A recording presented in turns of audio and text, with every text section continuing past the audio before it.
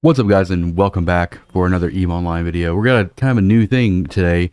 Um, one of my good friends and another creator, an EVE creator, third-party developer, sent me a video of his Skiff loss in low sec and asked me for some advice and some pointers. And so, with his permission to use the video, I'm going to kind of break down the whole event. This is not a sponsored video. He has no idea that I am going to give him a shout out right now. But this creator is the maker of EveRef. Now, EveRef is a great resource, especially if you're getting into doing things like ESI or spreadsheets and things like that, or if you just want to know or get more information on anything in EVE Online. So you can look up pretty much any item, any ship, anything, and you get all kinds of information. Especially if you're working with spreadsheets, you can get type IDs here. If you're working with like Janus market data, and you can't pull that directly from the add-in, but also just resistance profiles, all kinds of stuff, you know. So skill requirements.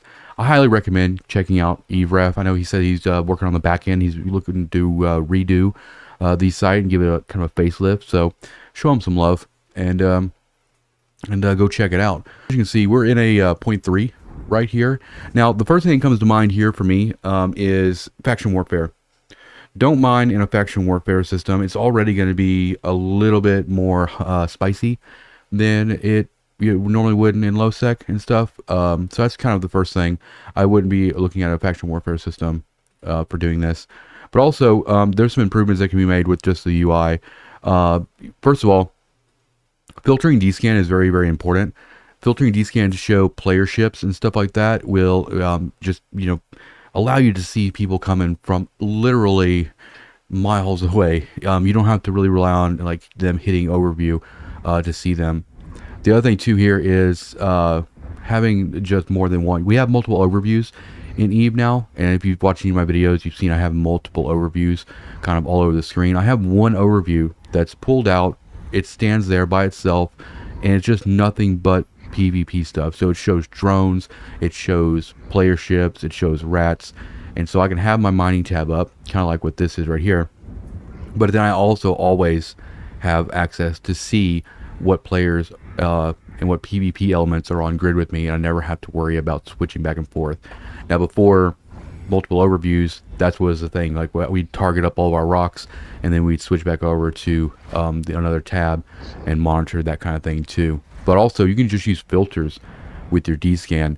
So when you make that PvP tab that just shows players, drones, things that can hurt you, and you have that pulled out up here, the same filter you use to make that overview, you can assign to DScan so that things like these control towers don't show up and these Metanox moon drills don't show up. If this list is empty of players, then when you're refreshing it, it's very, very easy to see when stuff comes on grid here with you. And also, I'm not sure, and maybe if you're watching this, you can let me know why you were targeting your own drones. You don't really need to do that.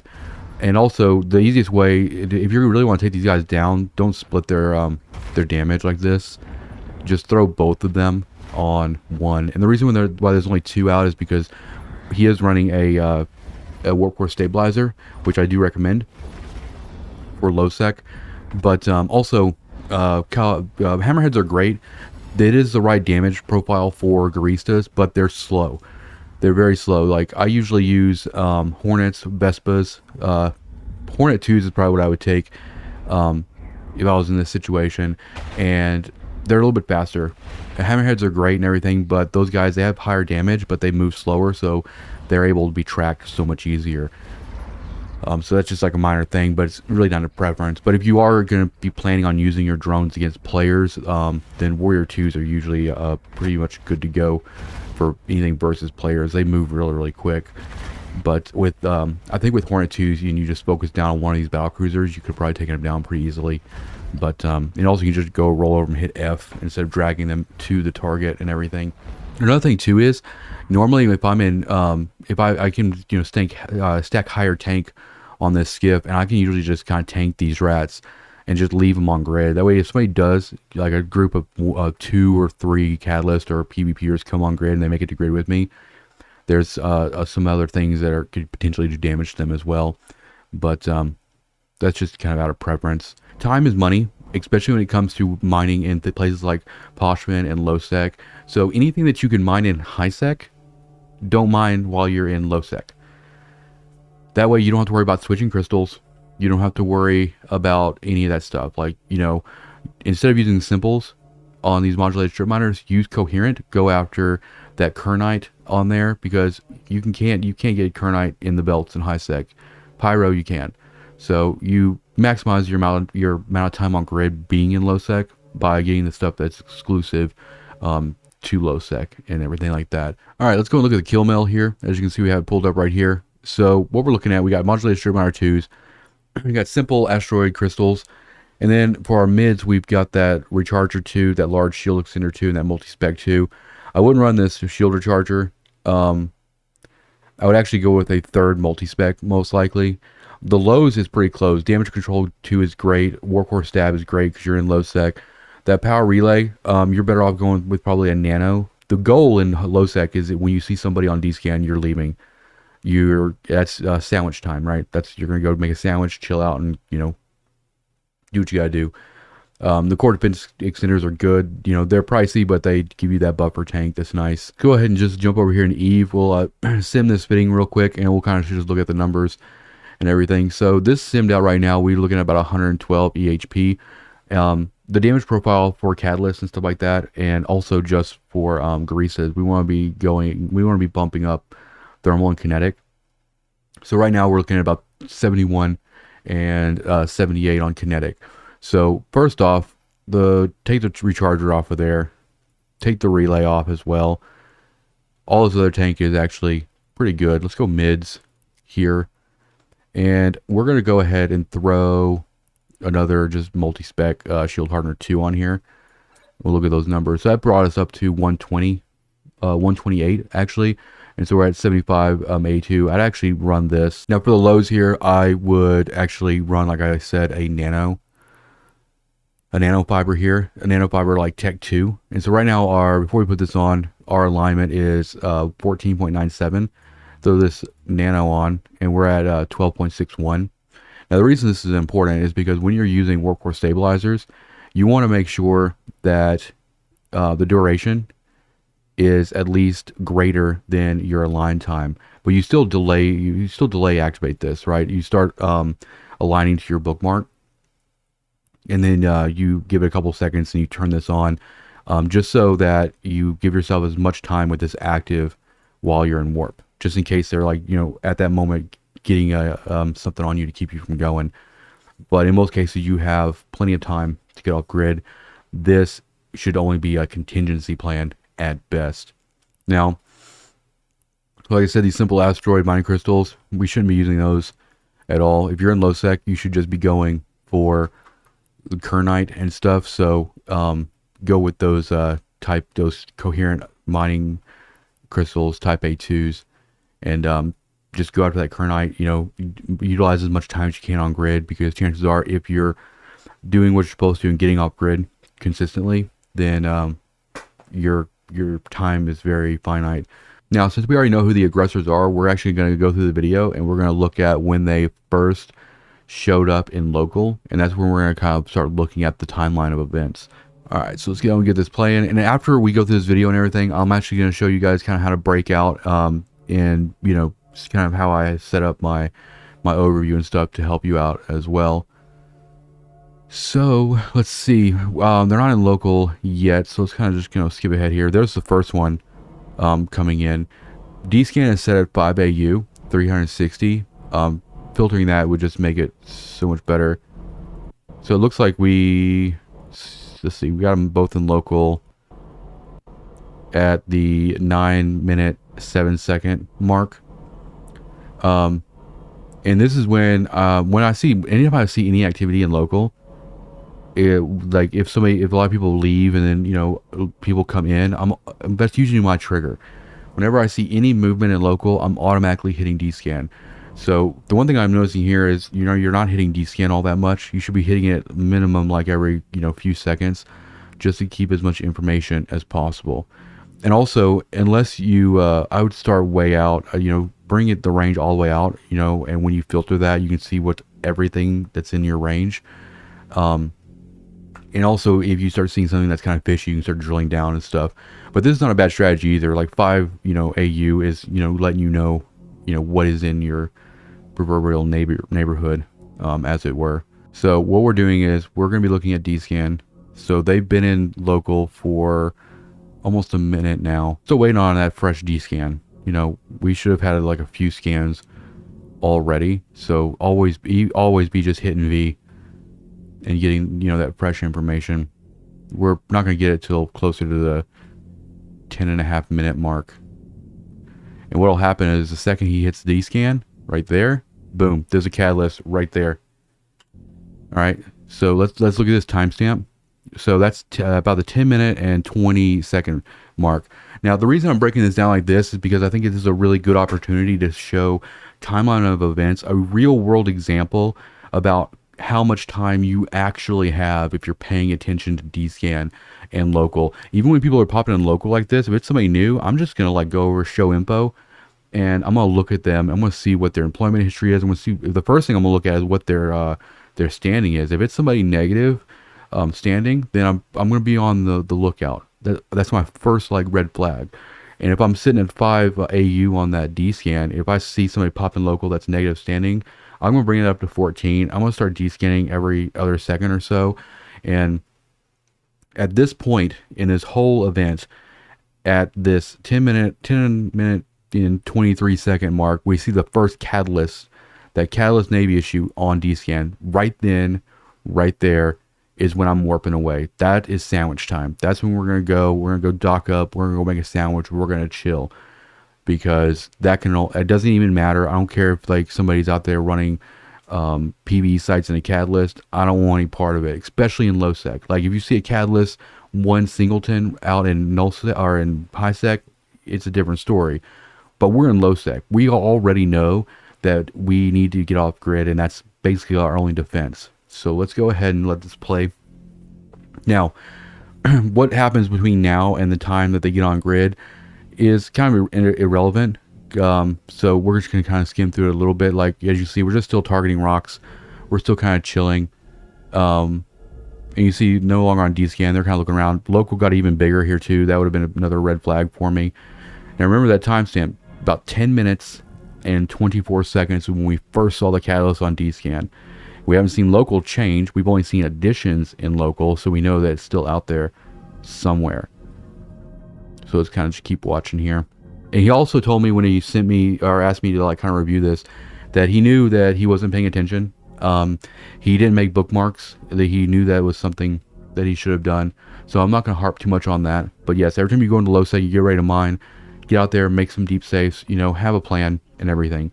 And as far as like keep moving, you can also just run like a Higgs anchor on your skiff and just align towards your bookmark and just mine that way. If you see something come on grid with you, then you can just warp out, and you're going to be moving slow enough with that Higgs anchor that you'll be able to get at least some stuff mined out here and everything.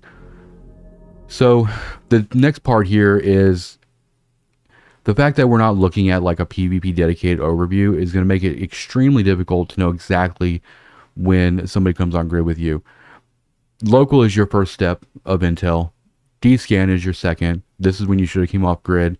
You should have came off grid about, I would have got left grid, almost 4 minutes ago at this point. But then also having that separate overview to show people on grid with you, because you'll see them coming from a while away. It'll show like several thousand kilometers. You'll give you a few extra seconds to see them coming on grid with you. So I highly recommend that you set up something like that in the future. Also, just frequency of DScan. Always be doing it. And see, that's the other guy. That's the Vector Navy issue. Any combat ship, we're gonna be weary of. So that is the second that they came on grid with you. We'll call it like 15 at the 15-minute mark. I'll pause it right there.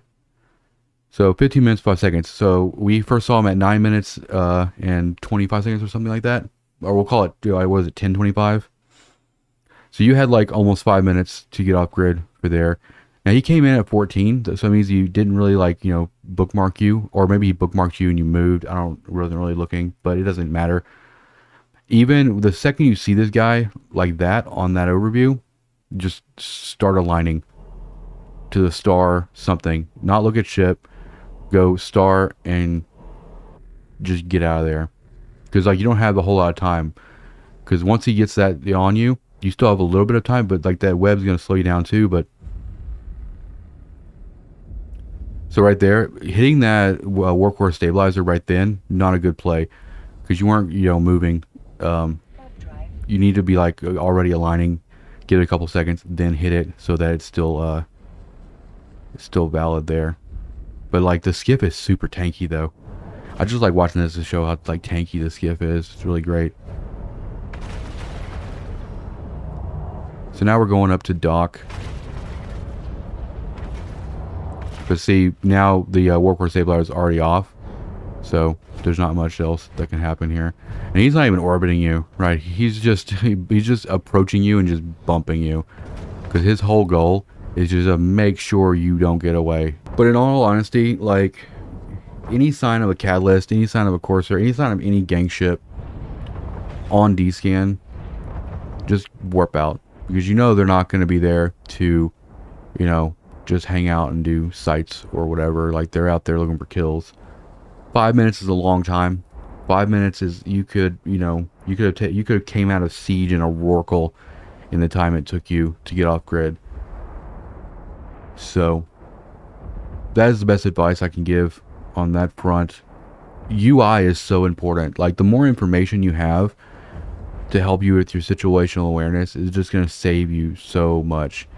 And filtering that D-scan, getting rid of that clutter. We don't need to see the control towers. We don't need to see all this Mananox moon drills. We don't see any of that. We only care about things that can kill us. So to kind of cap out this video, I'm going to kind of show you and kind of go through my overview one more time and kind of give you a better idea of why I do the things that I do and how it can actually save you. After watching that footage and seeing how cluttered, how much useless information is on the screen, you can, if you just set your PvP overview up and your D-scan up correctly, you can be a little lazy in terms of being distracted and stuff, because you don't have to, when you go look at your screen, you don't have to worry about filtering a lot of unneeded information.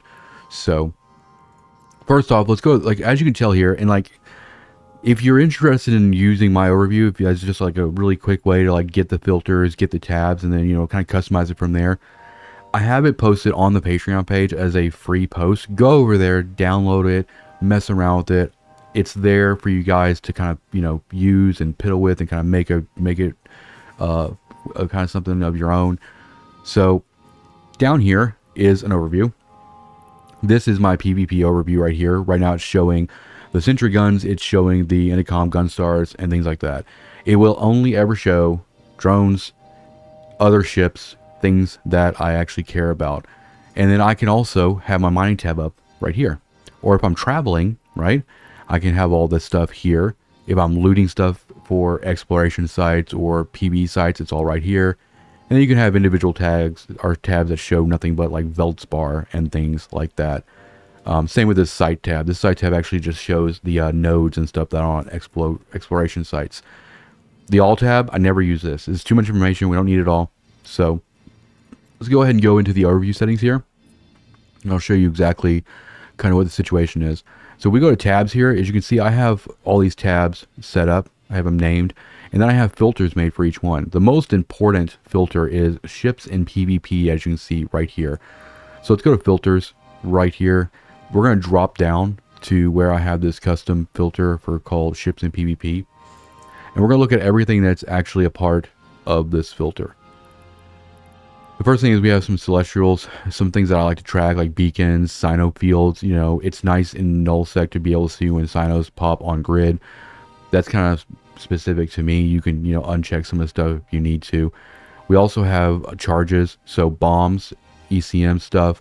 That way, if a bomber comes on grid with you, you can actually see the bomb coming towards you. Very important. Interdiction probes is also very important, especially if you run a strategy where you use smart bombs. There are spaces to destroy that stuff. We also have deployables on here as well. All kinds. You don't need all this stuff, but I really do recommend you kind of show it all. These are NPCs, and all kind of, like, you know, if it's either friendly NPCs or diamond rats or any of that crazy stuff. We also have some insurgency stuff here that I haven't added because I just don't do that kind of stuff. But NPCs are important, especially if you're in areas where you have negative standings with stuff. That could help. The diamond stuff is really important. That'll help you see if pirate strongholds. You should be checking for pirate strongholds anyway. Just don't mind if you have pirate strongholds in the system, but it's nice to have them on there. And then I think we missed a category up here. We need to close this one. This one's huge. Yeah, that's all entity, but we have all the drones on here as well. So logistics drones, we have all the fighters on here. We have all the NPC types on here as well. And then the most important is the ships tab right here. All 47 of 47, all kinds of ships. And star bases are just basically Sino generator arrays and jammers. You can pretty much take those off. That's kind of more specific to me from null. I haven't really updated this in terms of that. And so they usually don't show up in DScan or on my PvP tab anyway. And then structures, I'm showing engineering complexes and strongholds. And that's on there. The strongholds is on there because I used to farm that stuff. So once you have that filter made, you just assign it to a tab and it'll show up over here. And then what you can do is you can actually right click on the tab and you go to move to, and you can just put it into a new window. And you just put it anywhere on the screen. You know, always, I just highly recommend always having a separate overview for everything that's PvP related that's on Grid with you. That way you don't have to worry about needless information. You can always see what's happening. Now, the other important thing here is DScan. As you can see here, DScan for me is only showing all that stuff that was in that PvP filter. And all you have to do there is, let's break this out because I have it condensed a little bit. But when you have DScan up, just go up here to the top right and uncheck all this stuff, or you might not have to uncheck it, but just select that filter you just made. Because like right now, for that video, he had basically Warp 2 set up. Or even like, you know, worst case scenario, you have this. You have like, you're showing everything. Even if I have this filter down to 5AU, this is a bunch of useless information, especially if your DScan is like really small like that and you have to scroll. Not great. Instead, make that fresh PvP tab. Have that be the only thing that shows up on DScan. That way, when you're hitting that button and you're looking at what's around you, if it pops on that DScan, then you know it's a problem. If you're interested in this overview, and you can kind of download it from the Patreon page and then kind of mess around with it, you know, customize its filters and stuff and kind of start setting up your UI, those two things will save your life. Filtering that DScan and that dedicated PvP ship overview for sure. But if you're in low sec flying around, just get off grid. Don't worry about drones. It's not about having drones. Drones will help you take care of the rats and stuff. But when you see that stuff on DScan, just leave. In most cases, especially in a Skiff or a Procurer or any of the expeditionary frigates or adventure, you can get out of there really quickly and stuff. And that's what I normally fly. I normally fly expedition frigates or a venture, and they're just really dodgy. But the other thing is, don't mind pyro when you're in low sec. You can get that stuff in high sec and all that. But hopefully you guys enjoy this video. Hopefully, you know, you could take some of this information and some of this real world example and, you know, kind of apply it and all that good stuff. But yeah, go check out EveRef. Good guy, good creator, you know, help support the community. And that's just a great resource for finding all kinds of information on stuff in the game. But thank you guys for watching. I'll see you in the next one. Peace out.